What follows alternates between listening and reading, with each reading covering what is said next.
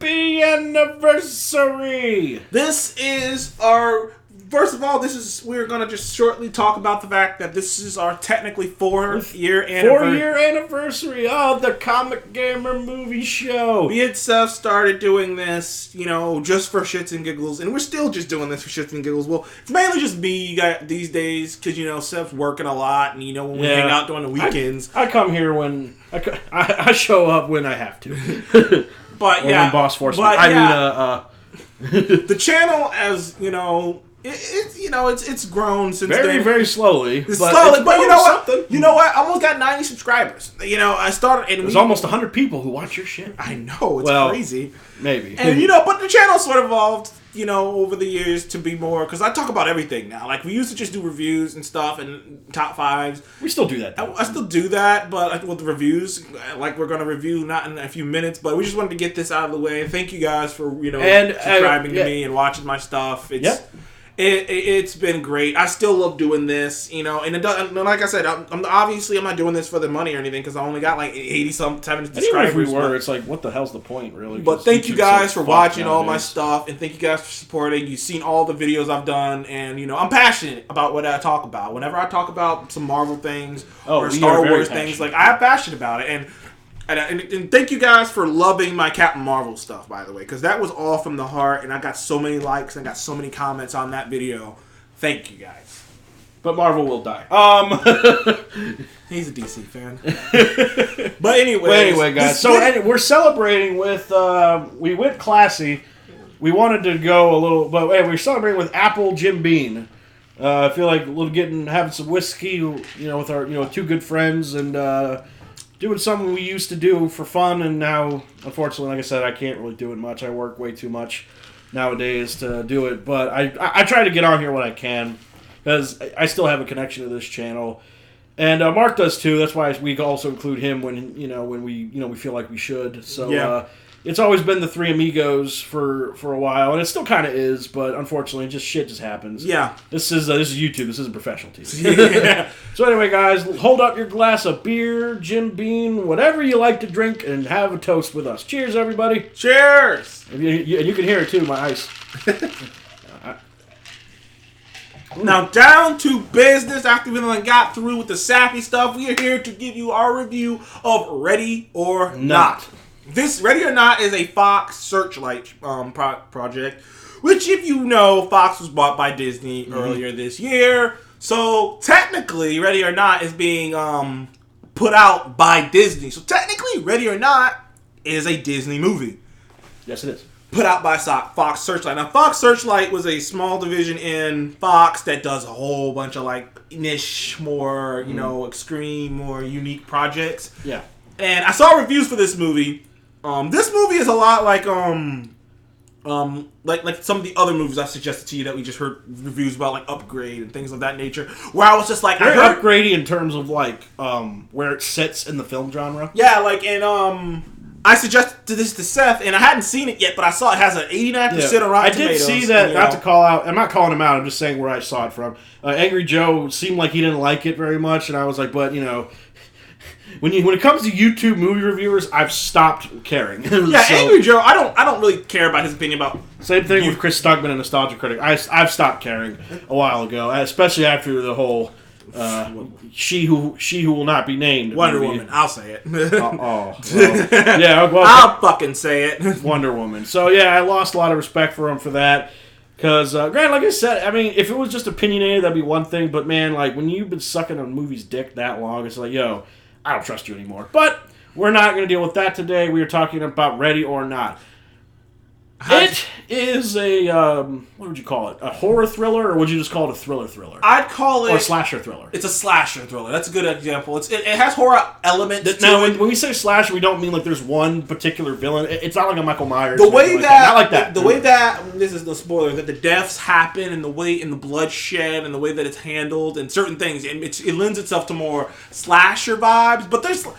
the thriller vibes come from the environment of hide and seek and her hiding in this giant, in this big ass place. Plot, without spoiling, unfortunately, this movie is very easy to spoil in a lot of ways. So I'm going to give you the base plot as base as I can. Here we go. So anyway, there was a couple that are getting married, and she's marrying into this family. Mm-hmm. This family has a weird tradition of playing a game upon a new induction into the family.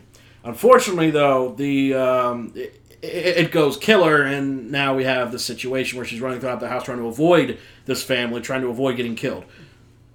Anything else about on that, it might be a big spoiler, so I'm going to save that for the spoilers discussions afterwards. But that's basically the plot. Is this girl who got married into this family who's now running from said family in order to stay alive. And you know what? This is going to be surprising to some people to hear. It's a fun movie. Oh, it is very fun. It's a really fun movie. I will say this, though. The initial plot itself, where they got the idea of the story, is cliche. That doesn't matter, though. Because they put their own unique little... Because they put their own unique little twist on it, and I appreciate that. I mean, like, you could take something cliche and put your spin on it if you're willing to work to do that. I appreciated that here. Yeah. And so it was very, very fun. I don't know who any of these actors are. I have no clue who really any of them are, except for like one of them. I've seen one of them. Yeah, one of them I've seen in other shit. It was like some big like fat guy. Well, he's not like fat, but he's like a bigger, chunkier dude. That was the only one I've seen in other shit. The other people. I've seen one of them, and it's the brother Daniel. I've seen him in things. Yeah, I've seen him in things too. But the fat guy I've seen in other things too. But he just plays small roles. Yeah, very small role cast. But they knocked it out of the park with their characters. All the characters are so fun. You got the drug addict sister who's constantly drug addict six. They're popping pills. You got the alcoholic brother who's married to a gold digging. Well, not to be. I mean, this is his words. Yeah, in his own words, not mine. A gold digging whore. So there. Take that as you will. And you get the feeling. I didn't talk about this with Seth, but this is going to be the first time I say. You get the feeling that you can't really divorce out of this family. Because the way their relationship is, it's like, why haven't you divorced her yet? And that the benefits of being rich too. Like, why would you want to give that up? I think they say that too. It's like, why would I want to give any of this up? But I digress. Drinky drink.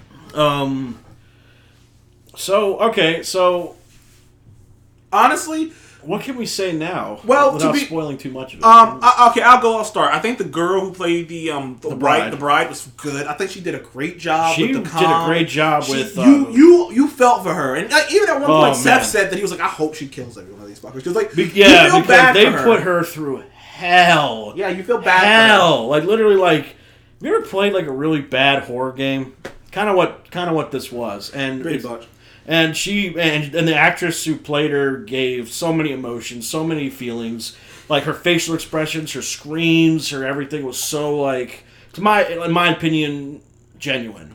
She gave a genuine vibe, which I loved. And this isn't a spoiler this is a minor spoiler. They play with a lot of things because what's right up front is that this family, they play with the idea of why they're doing what they're doing, and the idea of if it's real, the reasons why they're doing what they're doing, is it real? And the great thing with this dude that gives it a unique spin is not all the family are okay with doing this. Yeah. Some members of the family are straight up like, I'd rather not be doing this. Some members of the family are straight up like, I didn't think we would have to be doing this. Some members, like the brother Daniel, is just straight up like, this is terrible. And he's drinking his way through it. Yeah, basically he's drinking his way through it, and you understand why he has an alcohol problem later, but we're not going to get to that now. Yeah. You do understand why, though. They do bring it up, which is nice. Everything, though, I'm not going to say, they don't really set up a whole lot, but they set up enough to where, like, at the end, you were completely satisfied.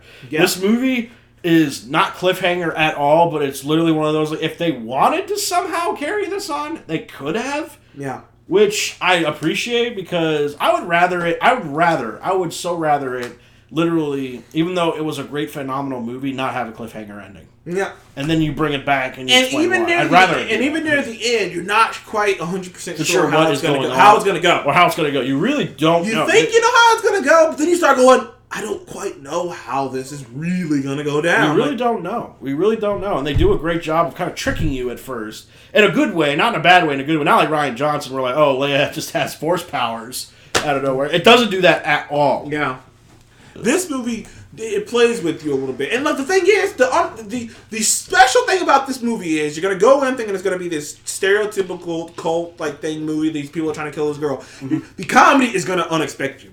You're going to be caught off guard. It doesn't have a lot. It's not supposed to be like all around funny, but when it does be funny, It is kind of funny. It's really fun, and it's all it's dark humor though, very dark. Situational dark humor. Like for instance, the junkie's husband's constantly on his phone looking up YouTube videos. Yeah, basically, you get the impression that he's like.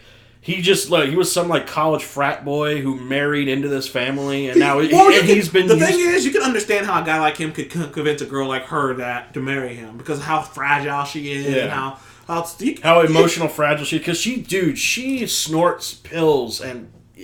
Dude, it's nuts though. And don't get me wrong though, they kind of make fun of it because there is this one, not really a big spoiler. There's this one scene where like she's getting ready to go hunt for the girl again, and then she fucked up earlier. Not gonna say what, but and then so she just takes this big old pill, breaks it on like a fireplace mantle, and just goes, whoa! And it just like goes on. I'm like, oh great, who gave this chick the guns and shit? Yeah, she's pretty funny to watch. And then there's the older one who's just super serious. She's the only one. She's the only one I would say. She's the sister of the patriarch. Yeah, she's the only one who really is down for this. Everyone else is like, I'd rather not be doing this today. Mm-hmm. She's the only one who's like, yes.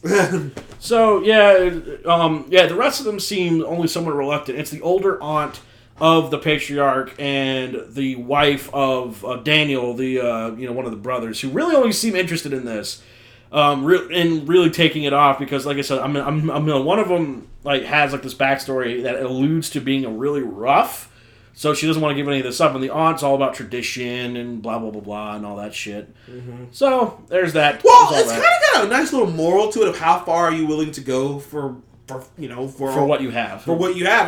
How far are you willing to go to keep what you have? Pretty much. Mm-hmm. And this family is very, very wealthy. Very wealthy. So how far are you willing to go to keep all that money? Basically. What else? The husband character, man, he's I'm not he's the same way. You think he's going one way and then it goes another. Man, it's like he really tricked you big time. You don't know.